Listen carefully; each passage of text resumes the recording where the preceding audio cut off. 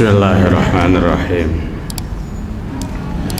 Assalamualaikum warahmatullahi wabarakatuh. Alhamdulillahi rabbil alamin. Wassalatu wassalamu ala asyrafil anbiya'i wal mursalin wa ala alihi wa sahbihi ajma'in. Ya ayyuhalladzina amanu ittaqullaha haqqa tuqatihi wa la tamutunna illa wa antum muslimun. Ya ayyuhan nasu taqu rabbakumul ladzi khalaqakum min nafsin wahidah wa khalaqa minha zawjaha wa batha minhuma rijalan katsiran wa nisaa'a wattaqullaha alladzi tasaaluna bihi wal arham innallaha kana 'alaikum raqiba. Ya ayyuhalladzina amanu taqullaha wa qulu qawlan sadida yuslih lakum a'malakum wa yaghfir lakum dhunubakum wa may yuti'illaha wa rasulahu faqad faza fawzan 'azima. Mari kita bersyukur kepada Allah Subhanahu wa taala pada pagi hari ini, hari Senin tanggal 17 ya, bulan Zulhijjah 1445 Hijriah. Alhamdulillah kita sehat walafiat. Ibu-ibu dengarin ulun hari ini datang pas waktunya nah. Malah belum pian datang ulun sudah datang. Ulun kada bobobulikan mbah berenang di situ langsung singgah ke sini. Banyak kayak bertemuan pian tadi berenang juga di situ. Terapi baiklah untuk kesehatan. Allah Subhanahu wa taala berfirman, "Wa kulu washrabu wa la tusrifu innahu la yuhibbul musrifin." Al-A'raf ayat 31. Makanlah dan minumlah, tapi jangan berlebihan. Bagus benar ayat ini. Kenapa? Karena terlanggar terus. Apabila lauknya cocok tuh kada tahu urusannya lagi.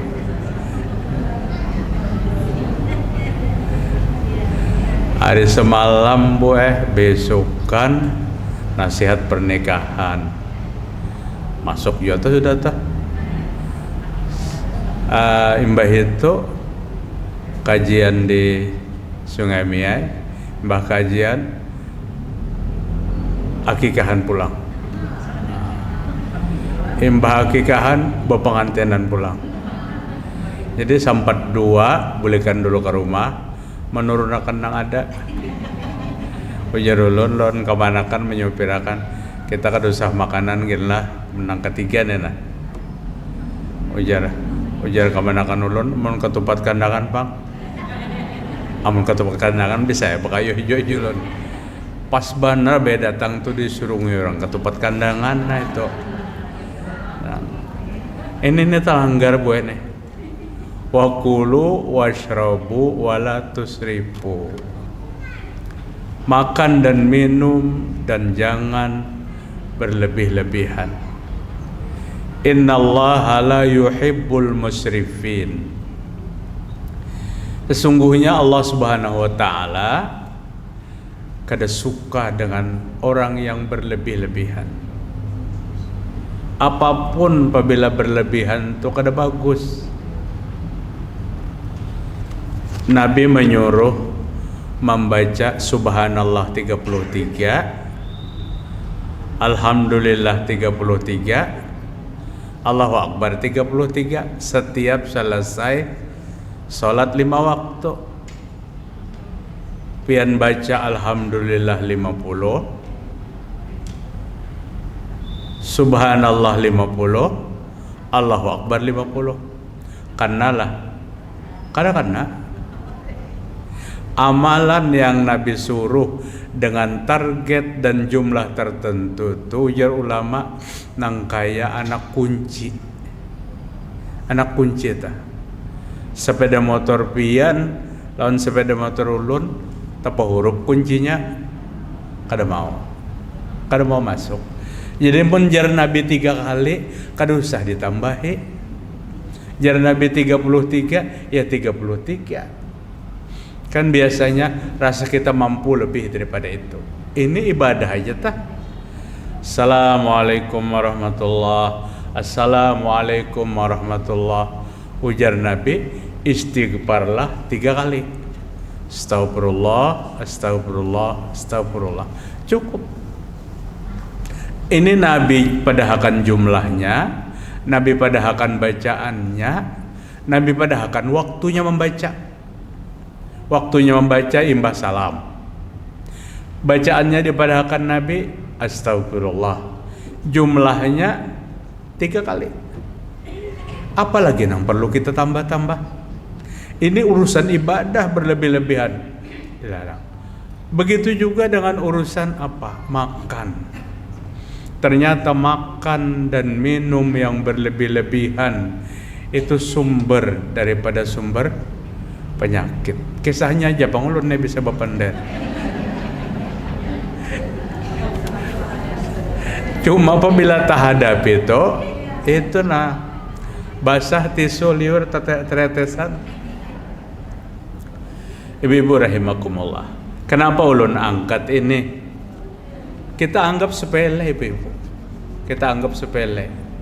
Padahal ini nang maatur ni siapa? Allah Subhanahu wa taala dalam surah Al-A'raf ayat 31. Jadi Allah nang mengomandu supaya kita tuh sehat. Makan jangan berlebih-lebihan, minum jangan berlebih-lebihan. Nabi Muhammad sallallahu alaihi wasallam menyampaikan dalam sebuah hadis yang diriwayatkan Imam Tirmizi dan Ibnu Majah dalam hadis yang sahih mengatur cara makan kita. Ma mala'a adamiyun wi'aan syarram min batni bihasbi ibni adam luqaimata yuqimna sulbahu fa in kana la mahalata. Tidak ada wadah yang terus dipenuhi oleh anak Adam yang lebih buruk daripada parut. Perut ne wadah menampung ne. Roti pisang masuk. Hanya makan roti pisang, ada pulang pisang goreng masuk pulang. Jadi wadah nang kada pernah dikosongi oleh anak Adam itu perut. Ujar Nabi Muhammad SAW. Anak Adam itu siapa? Kita. Perut.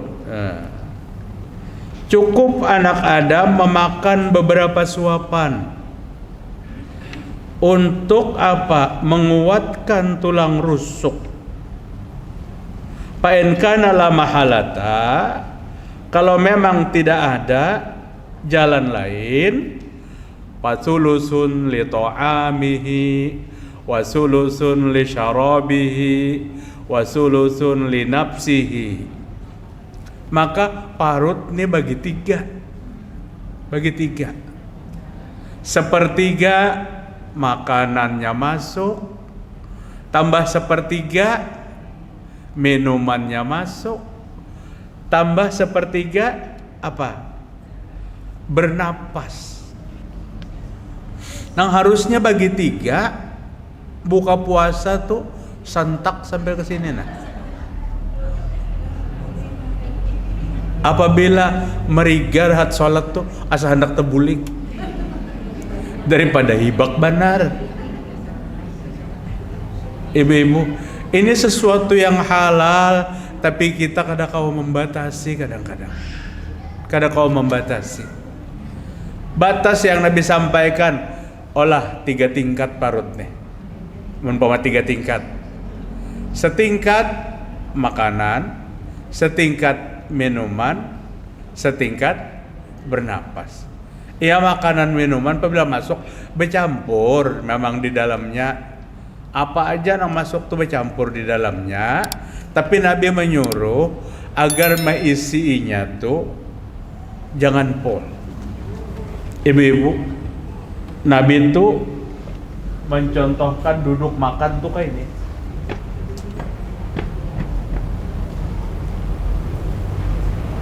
Nah, duduk di kaki kiri, dirikan kaki kanan, makan. Praktekkan biar jangan dirubah-rubah. Karena kau banyak. Paling sepiring lah, 2 sendok nasi sudah kenyang.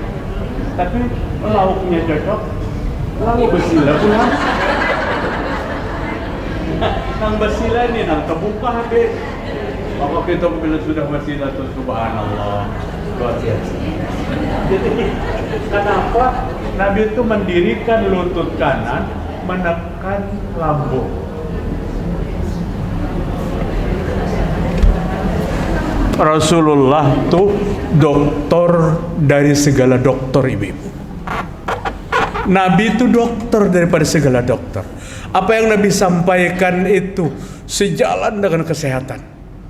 Praktek-praktek Nabi dalam urusan minum, ibu-ibu. Nabi Muhammad sallallahu alaihi wasallam, apa kata Nabi? Karena Rasulullah sallam yatanaffasu bisyarabi thalathah. Nabi bernapas apabila minum itu 3 kali. Artinya apa? Segelas tuh jangan dituntum langsung habis. Bayangkan kita apabila haus luar biasa. Kadang ini penggelasnya tuh 3 ini nah. Nah, nang betangkai itu. Gelas seng nang berwarna-warna tuh. Nah. Di dalamnya tuh apa? Setrup cap mandau, lawan nyeuranum, rahat tengah hari. Nah, sampai tetesan yang terakhir, imbah tuntung. Ternyata adab Nabi dalam minum tuh segelas air tuh 3 kali bernapas. Nyot, bernapas. Tarik lagi, bernapas lagi. Tarik lagi, segelas 3 kali. Dan di situ menikmati minuman. Tapi Nabi kadang menyuruh bernapas di dalam di muhara cangkir. Nih, minum. Kadang boleh. Kan lawan kesehatan Bu jauh bertentangan. Ini polusi oksigen yang kotor keluar tuh dihembusakan ke gelas, ke dalam air, diminum airnya. Coba lihat hadis sahihnya. Idza syariba ahadukum fala yatanaffasu bil ina'i. Hadis diriwayatkan Imam Bukhari Muslim. Jika salah seorang di antara kamu minum, jangan bernapas di muhara cangkir, di muhara gelas, sambil minum, sambil bernapas. Tapi bernapaslah 3 kali, karena minum segelas itu stop. Sekali, 2 kali, 3 kali. Nikmat itu. Nikmat. Kadang-kadang mbah minum tuh kadang lagi. Karena cukup air segelas tuh dengan 3 macam. Ini adab-adab yang kita anggap kecil dan biasa. Padahal Nabi Muhammad sallallahu alaihi wasallam mengajarkan banyak.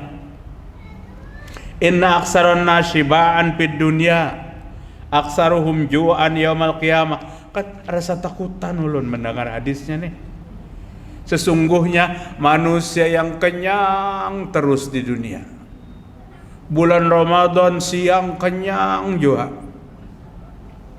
Sibaan fid dunya, ju'an fil akhirah. Di akhirat kena kelaparan. Di akhirat kelaparan ujar Nabi. Artinya ini lambung perlu di apa Bu ngarannya tuh? Istirahat, perlu dikontrol. Kadang jajal terus, Maka apalagi macam-macamnya hibak di hadapan tuh. Rasul menyuruh apabila makan, ambil lauk yang ada di depan kita. Kebetulan nang di depan kita na goreng tempe, nang di ujung sana kambing macam sebagainya. Hadangi dahulu. Nang bahadapan lo nang kambing tuh suka kandulnya kambing. Jangan makan tempe darah tinggi. Darah tinggi makan non tempe, nah pada sebelah kambing lalu panas hati. Kada. Jadi boleh apabila sudah selesai. Islam tuh bulun kagum membaca di sini. Islam tuh mendidik sampai sekecil itu. Sampai ke masalah mencari makanannya, usahanya, nang dimakannya, cara memakannya, imbah diproduk di dalam, cara mengeluarkannya. Ayo, apa nang kada dididik oleh agama kita? Habis diproduksi di dalam nih, hancur jadi kotoran, berpahala pulang cara mengeluarkannya asal sesuai dengan sunnah. Maka dalam Islam tuh BAB itu berpahala. BAB itu berpahala. Lihatkan pian 5 hari aja kada BAB, pusangnya luar biasa. Pusang benar. Diminumi obat pencahar, lalu meledaknya bros. Dia keluar pada WC, alhamdulillah rasa lunas hutang. Kodenya lunas hutang, Bang. Rasa lunas hutang jadinya.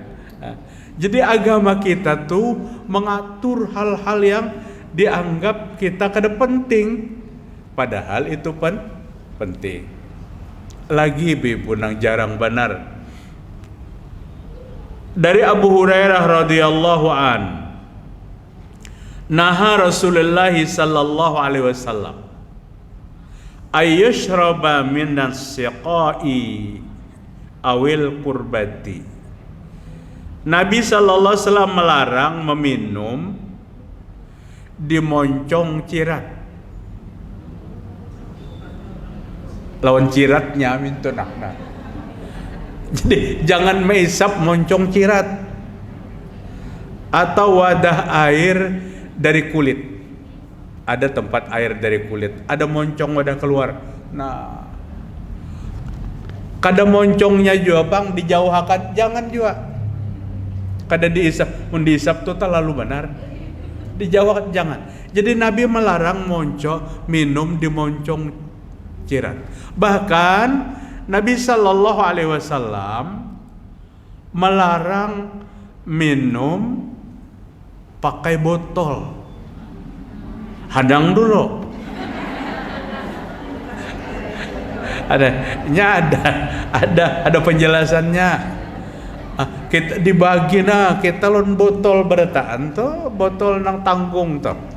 Botol nang tanggung. Maka ijma para ulama, sepakat pendapat para ulama melarang minum di mulut botol jika diminum botol itu, air di botol itu bersama-sama. Sebotol orang 10 kurinah karuh nang terakhir. Itu nang dilarang. Jika kita sendiri boleh, Maksud ulun begitu adab yang diajarkan. Tapi lamun kehausan benar, banyak kebokan gini diminum boy. Daripada aku mati jadinya nyengkel, banyak kebokan gini diminum. Artinya itu darurat. Lain lagi kisahnya, mengundang tuan guru kemudian diberi minuman yang beristilah gelas nang ganal tuh nah. Apabila siden habis akan tuh kebagahan siden pasti kada habis. Jadi pancingnya karena menunggu sisanya. Di separuh diminum siden, ampeh ka guru, ampeh. Lalu dirabutakan setegok-tegok sorang. Kenapa tadi? Mengambil berkatnya. Kada ada berkatnya boy. Lamun menahani haus, bolehlah setegok-tegok sorang. Cuman di mana dasarnya mengambil berkat peminuman bekas? bekas tuan guru, pian jangan minum bekas ulun, cari minuman yang lain. Tapi dijawabnya, lamun bekas sidin tuh jangan pun banyu minuman, banyu kebokan sidin pun ku minum. Nah, ini nang lepas. Pagi tadi ulun dikirimi, mungkin di antara ibu-ibu ya, dikirimi WA Buena pagi tadi. WA-nya tuh bunyinya kayak ini, Ustadz bujur aja kak, ujar nang mengirim nih. Ujar ulun sampai hari ini kan udah pernah terdapat nang kayak itu. Ujarnya apa?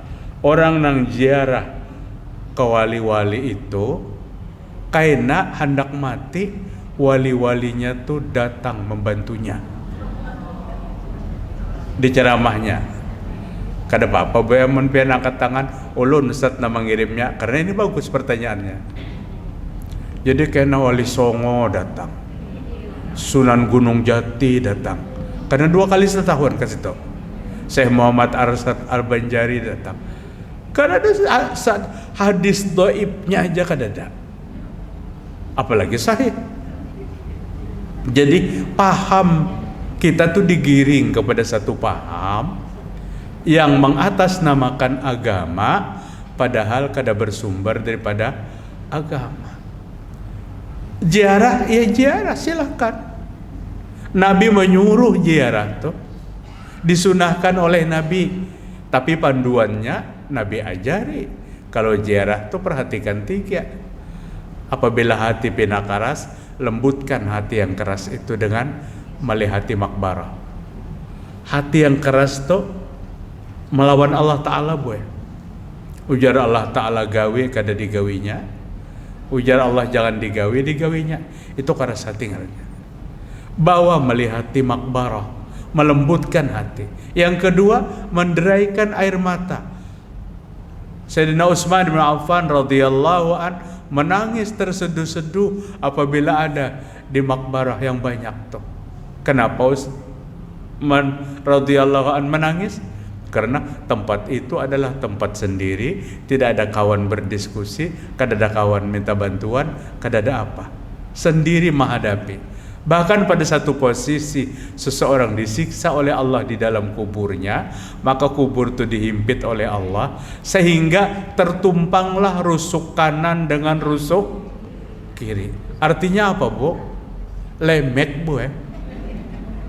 Nah, tertumpang. Maka ibu-ibu rahimakumullah, jadi ulun sampaikan nang pian salah satu yang mengirim, bagus benar pian kirim itu. Dan ulun nyatakan, ulun kada pernah menemukan hadis dhaifnya pun. Namun hadis palsu itu kan usah kita benderakan. Nang ziarah ini nang diziarahi kena datang. Malah yang ada, yang mendatangi orang hendak mati itu adalah syaitan dengan menyerupai orang-orang yang kita cintai, orang-orang yang kita hormati, orang-orang yang kita sayangi. Sering kalau kita mendengar orang hendak mati, nih arwah abah sudah datang nah, kuitan nang mati 40-50 tahun. Ibu-ibu kembalikan cepat apabila dia berkata kayak itu. Nang bau ucap nih mama, berzikir, istighfar istighfar. Arahkan dia kepada kalimat tauhid. Berzikir sidin, mau ucap la ilaha illallah. Imbah itu, ini guru pulang datang. Guru apa, Mak? Guru Mas Udi. Itu syaitan menyerupai, Bu. Syaitan menyerupai. Agar hendak mati tidak fokus pada kalimat tauhid. Ulun jadi memudahkan ulun itu supaya yang tersambat orang lain. Jadi bukan satu keberuntungan, bukan itu menghilangkan kefokusan yang hendak mati kepada apa? Kepada satu kalimat, di mana dengan kalimat itu Allah menyelamatkan manusia. Man qala la ilaha illallah akhiru kalami dakhalal jannah. Ibu-ibu rahimakumullah. Maka Islam itu tinggi ibu-ibu. Tidak ada yang lebih tinggi daripada Islam. Seorang Yahudi bertanya kepada Utsman bin Affan radhiyallahu an, Utsman, bujurkah agama Islam tuh maatur sampai ke masalah qada hajat, ke masalah biabi diatur oleh agama kita? Bujur, diatur. Masuk ke dalam toilet kaki kiri, keluar kaki kanan. Ini tapa huruf. Masuk toilet kaki kanan, masuk masjid kaki kiri. Padahal masuk masjid tuh kaki kanan. Jangan tapa huruf toilet lawan masjid, jangan. Kayak apa garang supaya kita mengikuti nih, supaya sampai biabi aja berpahala ibu-ibu.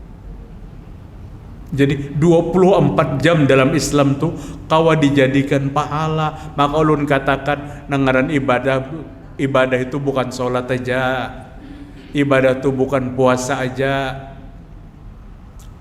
apalagi ibadah itu bukan sedekah aja. Ittiba, mengikuti kepada contoh yang Nabi lakukan, itu satu ibadah. Pian ambil satu gelas dengan tangan kanan, dapat satu sunnah. Karena Nabi tidak pernah minum dengan memegang gelas tangan kiri. Kemudian sebelum minum, pian ucapkan basmalah. 2 sunnah Nabi sudah. Karena Nabi setiap mulai sesuatu, makan, minum dengan mengucapkan basmalah. Pian selesaikan segelas air ini 3 kali bernapas, dapat sunnah lagi. Oh, stop. Kemudian minum lagi, stop lagi. Hanya yang ketiga habis. Tuntung minum, mengucapkan hamdalah. Berapa pahala yang dapat? Maka sunnah Rasul itu menjadikan kita ini mendapatkan ganjaran pahala 24 jam. Guring kayak apa supaya berpahala?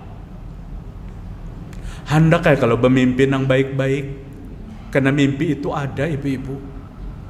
Tapi kayak apa mimpi baik? Guringnya kada sesuai sunnah.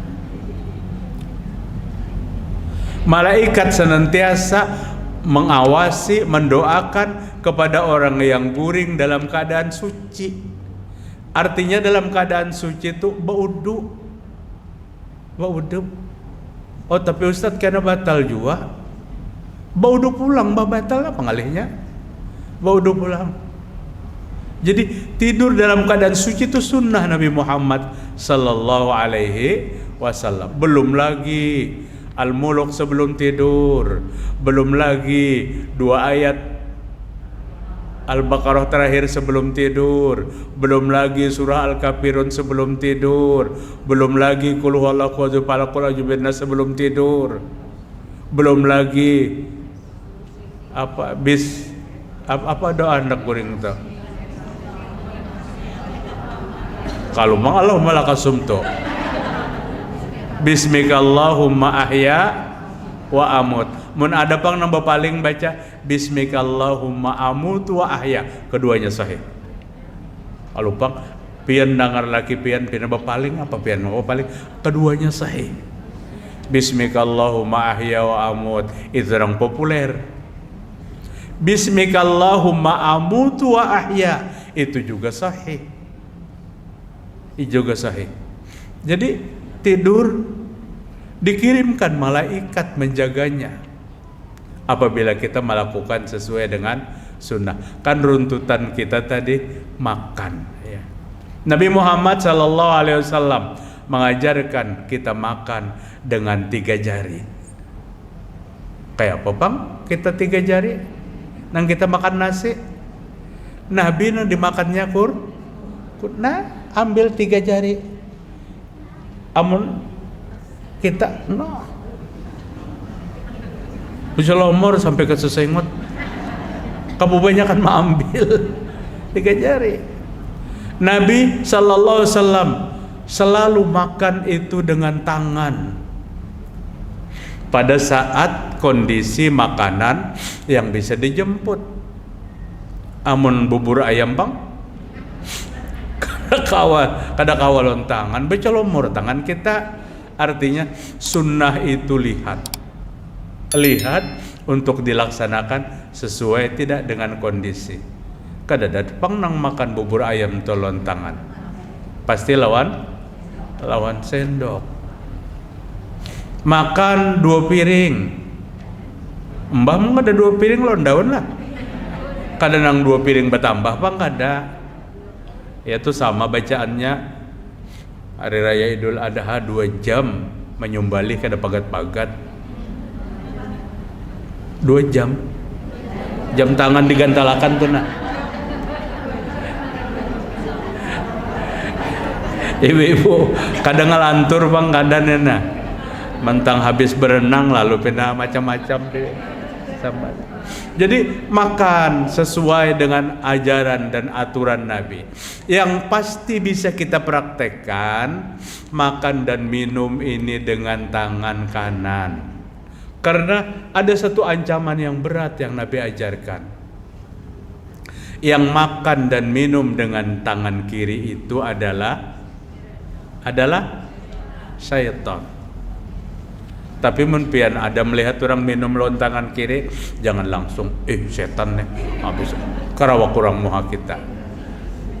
Tapi bagus hadis ini kita masyarakatkan. Hadis ini kita sampaikan ibu-ibu untuk aturan kita sehari-hari. Biar kada karasaan uyuh bemasak, picik, setel, musik, dangdut, seriosa, ganti. Supaya masakan yang dimasak tuh berberkah dimakan. Diganti dengan bacaan-bacaan Al-Quran, diganti dengan zikir. Oh tapi zikir kan kada ada jogetnya. Iya sudah mahir berjoget tuh ngalihai. Artinya ganti dengan zikir, ganti dengan istighfar. Astagfirullah wa atubu ilaih, astagfirullah wa atubu ilaih, astagfirullah wa atubu ilaih. Amun ini pang Ustaz istighfarnya astagfirullah Rabbal baroya. Itu kada datang dari Nabi. Itu belakangan datangnya, tapi asik kan? Asik, kita tuh ketujuh banar nang asik-asik buat Al-Quran. Orang banyak kada tertarik karena Al-Quran kada asik. Pada saat kita tidak memahami kandungan Al-Quran, kita mengatakan Al-Quran itu tidak asik. Padahal Al-Quran itu bacaan yang paling asik ibu-ibu, yang paling mengasikkan. Siapa apa bacaan nang kada paham tuh sampai menangis. Setiap nang kita menangis tuh pernah paham. Apa nih dan ditangisakan jar cucu di hadapan TV nih peninian menonton sinetron, kisahnya sadih benar aja naon peninian. Pahamlah kisahnya, paham. Nah, tisu habis. Membaca Al-Quran, mendengar Al-Quran, kita kada paham. Tapi air mata kita bisa meleleh. Saking lezatnya, sejuknya bacaan Al-Quran itu. Lamun paham tuh lebih daripada itu.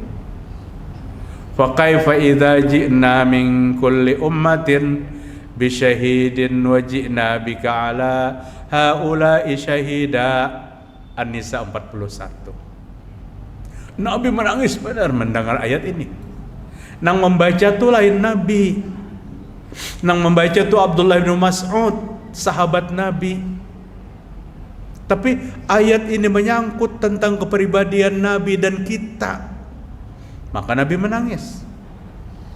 Bagaimana orang kafir itu kata Allah akan berbohong pada hari kiamat. Kada bisa berbohong. Oh, saya tidak Islam karena tidak ada yang mendakwahi saya. Allah akan datangkan satu persatu orang yang menyampaikan dakwah itu. Kada bisa berbohong. Dan engkau wahai Muhammad kata Allah Ta'ala akan menyaksikan umatmu diproses satu persatu. Dan engkau menyaksikan. Nabi haru mendengar berita ini.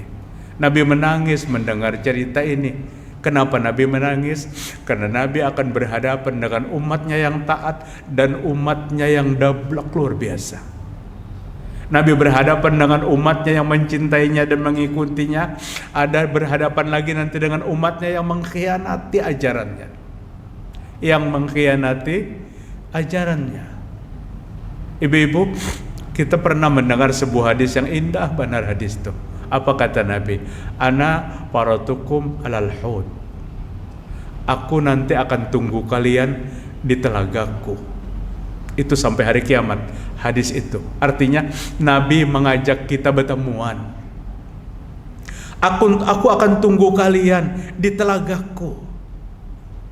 Nabi menunggu, menyuruh kita bertemuan. Tapi ada sekelompok umat Nabi karena yang datang dan dekat lagi sampai ke telaga, maka dia dilemparkan lagi ke belakang.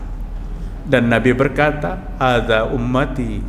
Itu umatku. Kenapa diperlakukan seperti itu? Kenapa dia tidak dibolehkan meminum air telagaku ini? Nabi mengenal umatnya. Tapi apa yang Allah katakan? Innaka la tadri ma ahdatsu ba'daka. Wahai Muhammad, engkau tidak tahu sesungguhnya umatmu itu melakukan hal-hal yang baru dalam agama setelah kamu tiada. Imbah Nabi wafat terjadi perubahan besar dalam Islam, menyelisihi ajaran yang dibawa oleh Nabi. Ibu-ibu, ulun yakin dan kita sama. Kehadiran kita di sini tuh tidak ada motivasinya kecuali untuk lebih mengerti tentang apa? Tentang agama, wawasan-wawasan keislaman. Maka buatlah kajian ini sebagai pencerahan. Apa tadi judulnya? Enteng, aturan makan sesuai dengan sunnah. Enteng benar, tapi tidak banyak yang mengerti. Tidak banyak yang mengerti. Nabi Sallallahu Alaihi Wasallam membagi ini lambung untuk 3 bagian: makanan, minuman, dan pernapasan. Kalau itu berjalan terus, maka ketiga-tiganya nyaman, bernapas dan seterusnya. Ibu-ibu rahimakumullah, Aisyah radhiyallahu anha berkata, "Kana uhibbus syarabi ila Rasulillahi sallallahu alaihi wasallam al-hulwal barida." Minuman yang disukai oleh Nabi Muhammad sallallahu alaihi wasallam adalah minuman yang manis dan dingin. Ini biasanya Nabi meminumnya pada saat berbuka puasa. Cocok aja lon kita itu. Cocok aja. Cuma porsinya kita yang berbeda pada Nabi. 2-3 kali lipat porsinya. Nabi setelah berbuka cukup, gerakan untuk qiyamul lail bebas. Ada kita apabila sudah imbah buka tuh kada kawa rukunang peda bahimat. Karena parut tertekan tak keluar perut jadinya. Kekanyangan sampai ke sini nah ibu-ibu nah. Kada ada kisah sama sekali. Porsi bubur ayam tuh tiap masjid cocok pas. Nah, sebuah piring dikautakan orang. Ini ditangkupnya 3 piringnya. Kayak apa kada meriga keluar. Ditangkupnya 3, padahal nang antrian belum dapat tuh saling banyakan. Nah.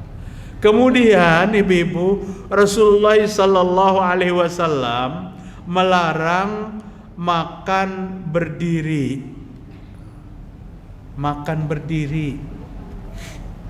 Kecuali dalam kondisi darurat. Di mana biasanya makan berdiri-diri? Nah, iya itu. Makan duduk, cari kedudukan dahulu.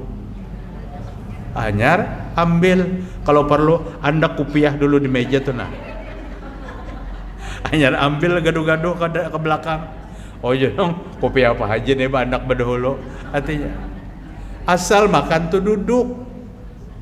Bahkan para ulama mengatakan jika kita ingin makan dan tidak ada tempat duduk, lebih indah jika kita urungkan dulu makan kita. tunggu aja dulu antrian. Ini Mbah mulai dia mengambil nih sampai ke ujung, habis sepiring bebulik pulang ya. Islam tuh sempurna ibu-ibu. Inna akala ahadukum falyakul biyamini wa idza syariba ahadukum falyasrub biyamini. Apabila salah seorang di antara kalian makan, maka makanlah dengan tangan kanan. Apabila salah seorang di antara kalian minum, minumlah dengan tangan kanan. Fa inna syaitana ya'kulu shimaluhu wa yasrabu bisimali. Sesungguhnya setan itu makan dengan tangan kiri dan minum dengan tangan kiri. Ini hadis diriwayatkan Imam Muslim, ibu-ibu. Hadisnya sahih. Jika ada yang mengingatkan, jangan sangit minum. Uniknya makannya lawan tangan kanan, minumnya lawan tangan kiri. Jadi makannya manusia, minumnya ya tuh. Kenapa jadi tangan kanan kada mau minum? Ada alasannya tuh. Rasa kada beadab jarnya. Jika ini diucapkan sama mengatakan Nabi itu kada tahu adab. Rasa kurang etis minum tuh tangan kanan. Karena apa? Karena di tangan nih masih ada sisa-sisa makanan. Kenapa garang makanan tuh jadi di sisa-sisa? Kalau Nabi makan ulun pernah gue duduk diceritakan seorang dokter di Banjarmasin, Allah yarham, beliau sudah meninggal dunia. Waktu itu kami berkumpul saat katanya dengan para dokter dalam satu undangan, artinya orang intelektual semua, dokter kesehatan maksud itu. Jadi pada saat sidin selesai makan, dijilati sidin, kawan nang dihiga mengambil akan tetambah. Nih tambah makan bapak jilat nang ada di tangan. Anak-anak kadang mengerti lawan sunnah. Asa jijik berjilat, kada Rasul mempraktekkan seperti itu. Bahkan ibu-ibu ini dikulum jari jemari nih. Kenapa? Jangan sampai tertinggal.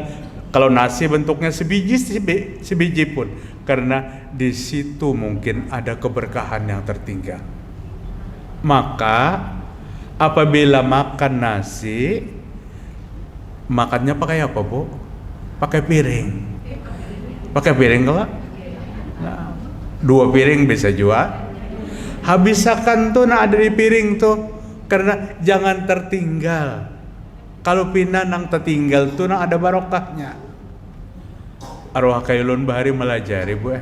Setelah habis makan, ditumpahi sidin lawan banyu minum.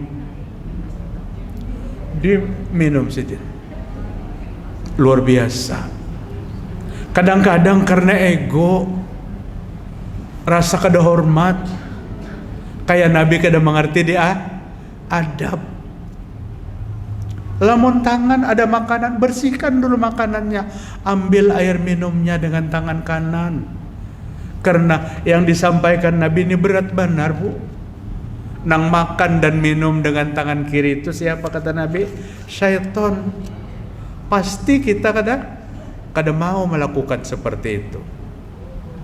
An Abi Hurairah taqala, daripada Abu Hurairah berkata, kata Abu Hurairah, qala Nabi sallallahu alaihi wasallam, Nabi bersabda, la yashrabanna ahadukum qa'iman paman nasiya falyastaqiyu.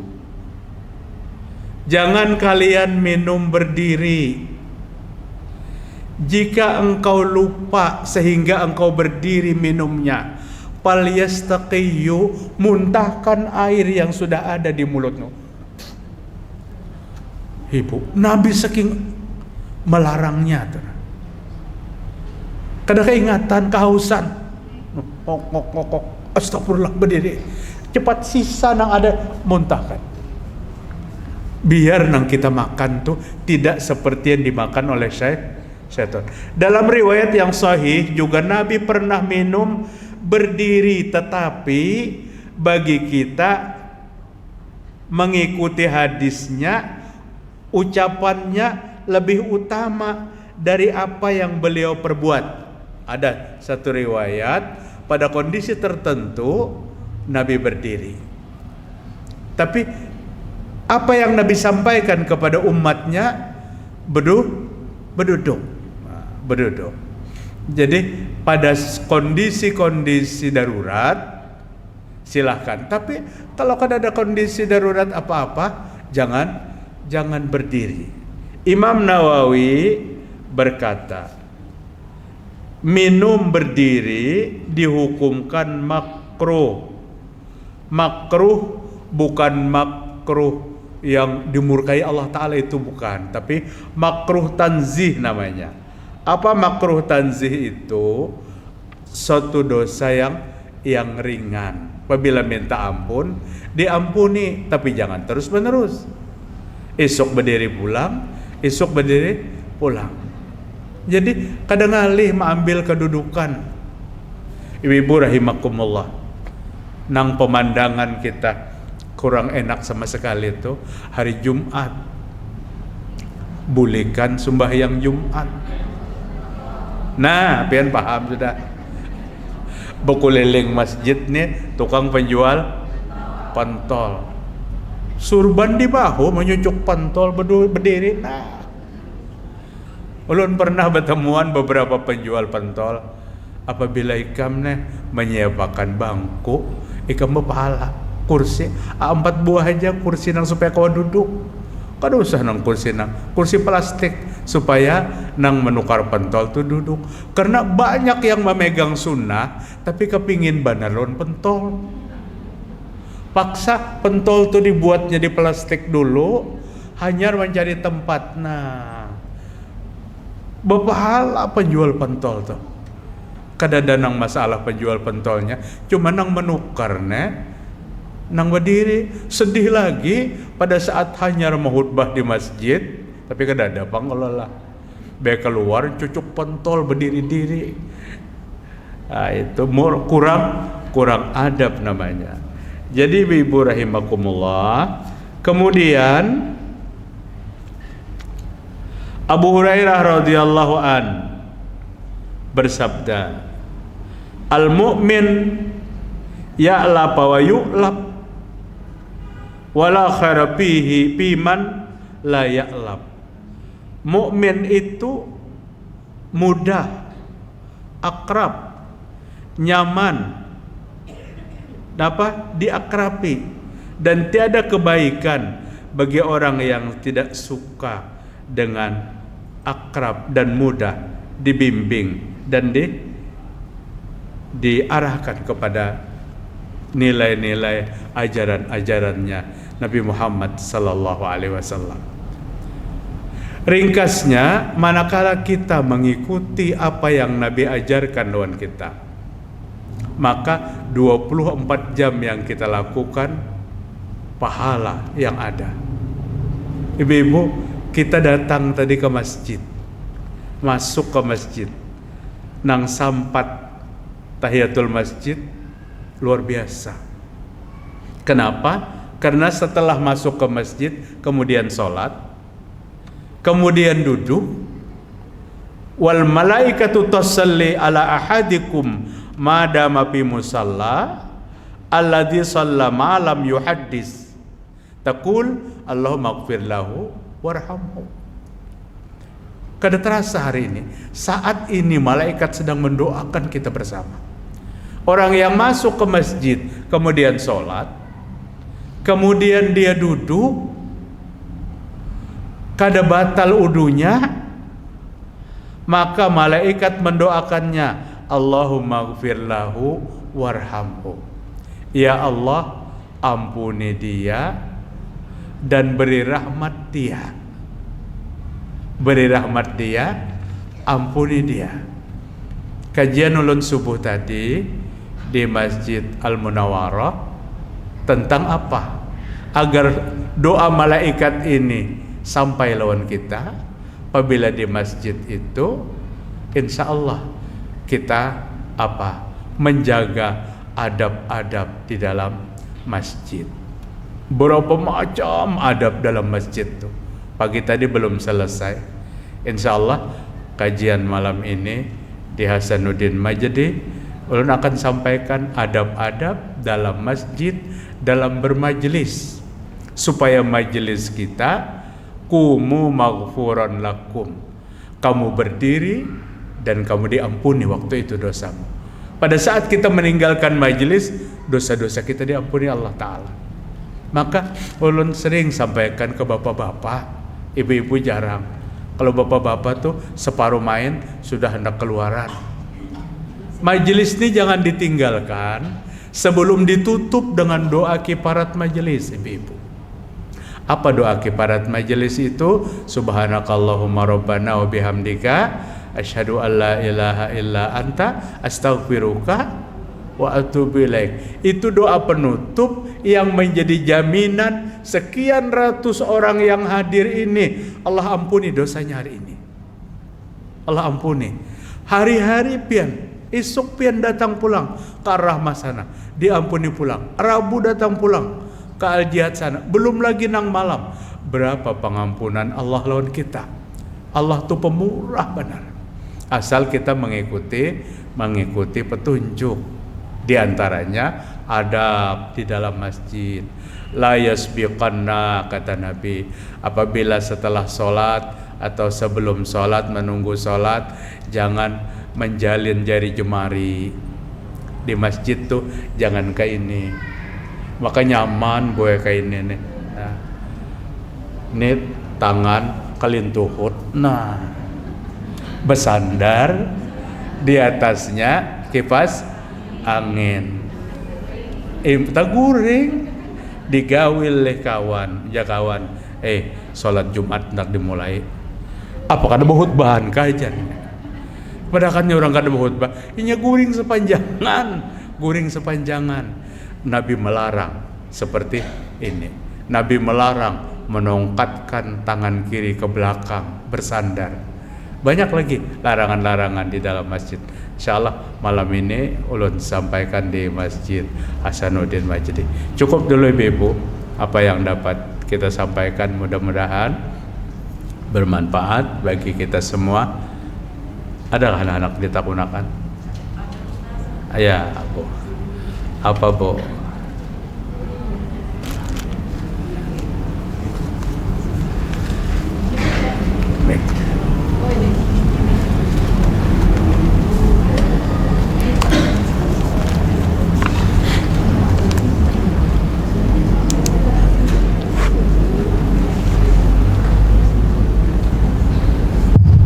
Assalamualaikum warahmatullahi wabarakatuh. Waalaikumsalam. Ustaz, menyambung ajian subuh tadi di Mulawara.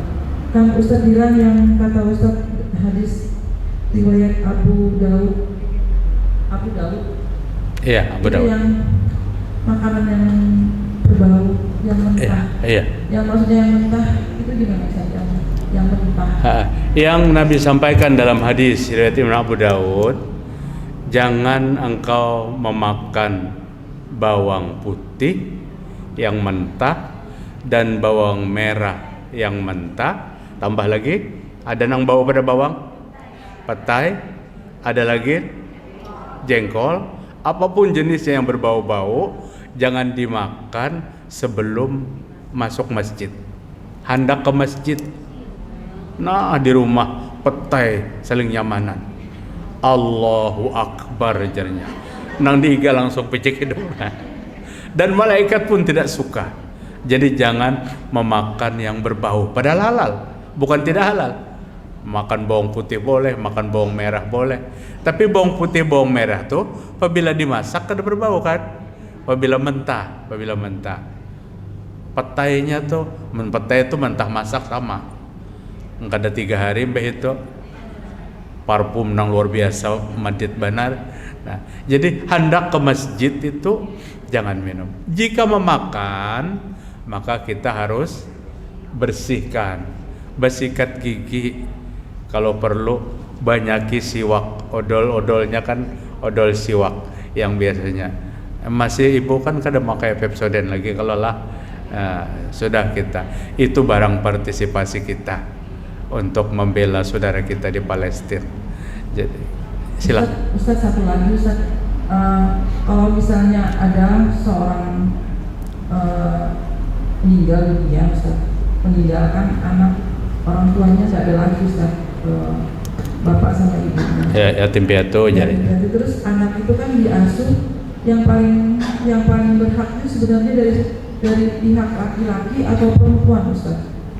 Anaknya itu yang soalnya ada diperebutkan kayak gitu yang anak tadi. Jadi yang menurut agama kita itu yang berhak itu dari pihak ibu atau dari pihak laki-laki. Kalau menurut darahnya kan lebih kuat laki-laki. Laki-laki. Minta dijelasin aja Ustaz. Terima kasih.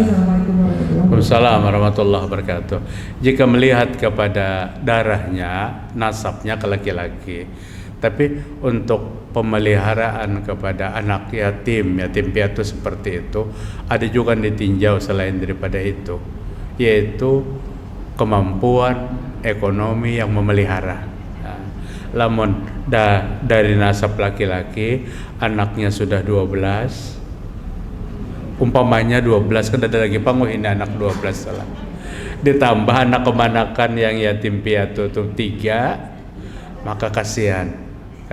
Artinya boleh bagi saudara pihak perempuan kalau jika berkemampuan, atau tetap di pihak laki tapi yang lain, karena tugas bersama. Sebenarnya anak yatim itu milik bersama, milik bukan keluarganya aja.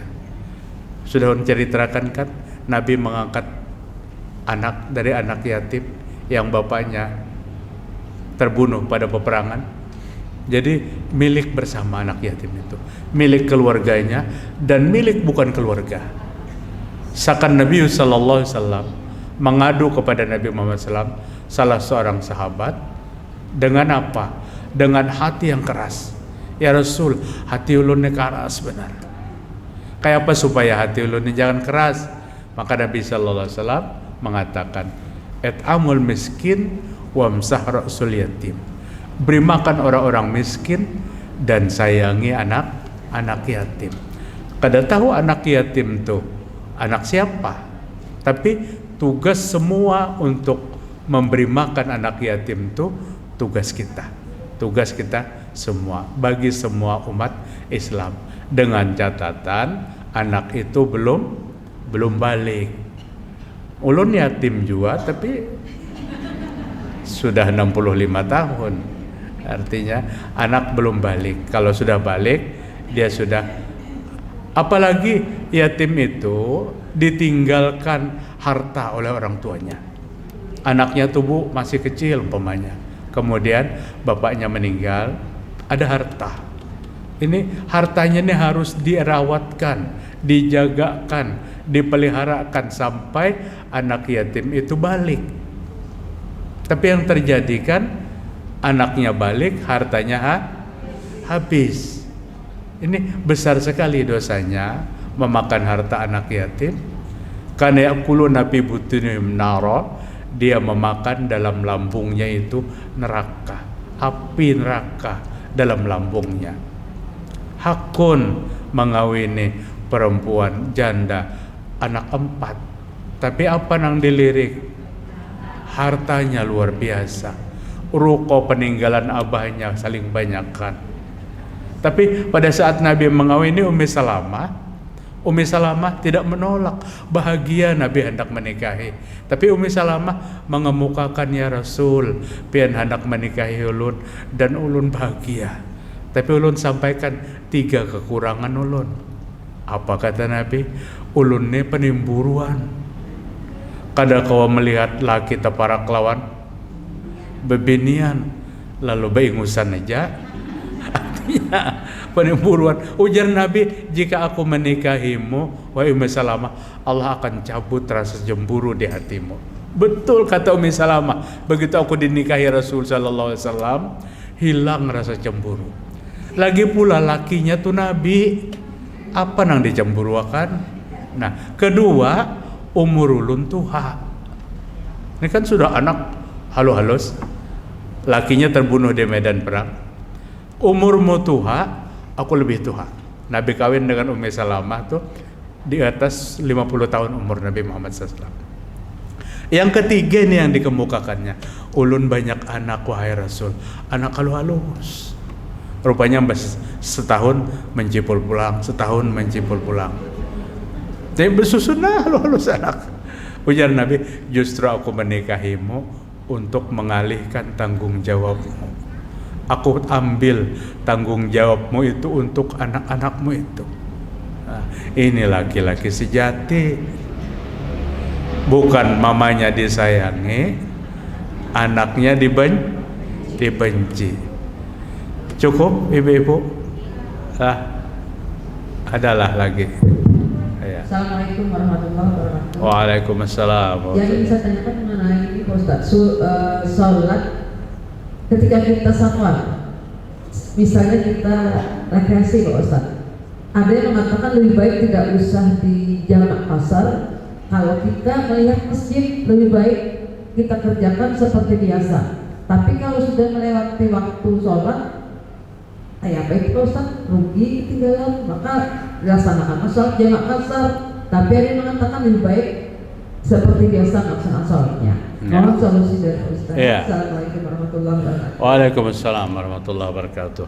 Persis seperti yang ditanyakan, Nabi Muhammad SAW pernah safar bersama sahabatnya dan Nabi melaksanakan jamak qasar, zuhur 2, asar 2. Sahabatnya melaksanakan dengan tamam, zuhur 4, asar 4. Kemudian Nabi berkata kepadanya setelah dia selesai sholat, apakah kamu tidak mau mengambil pada saat Tuhan memberikan keringanan kepadamu?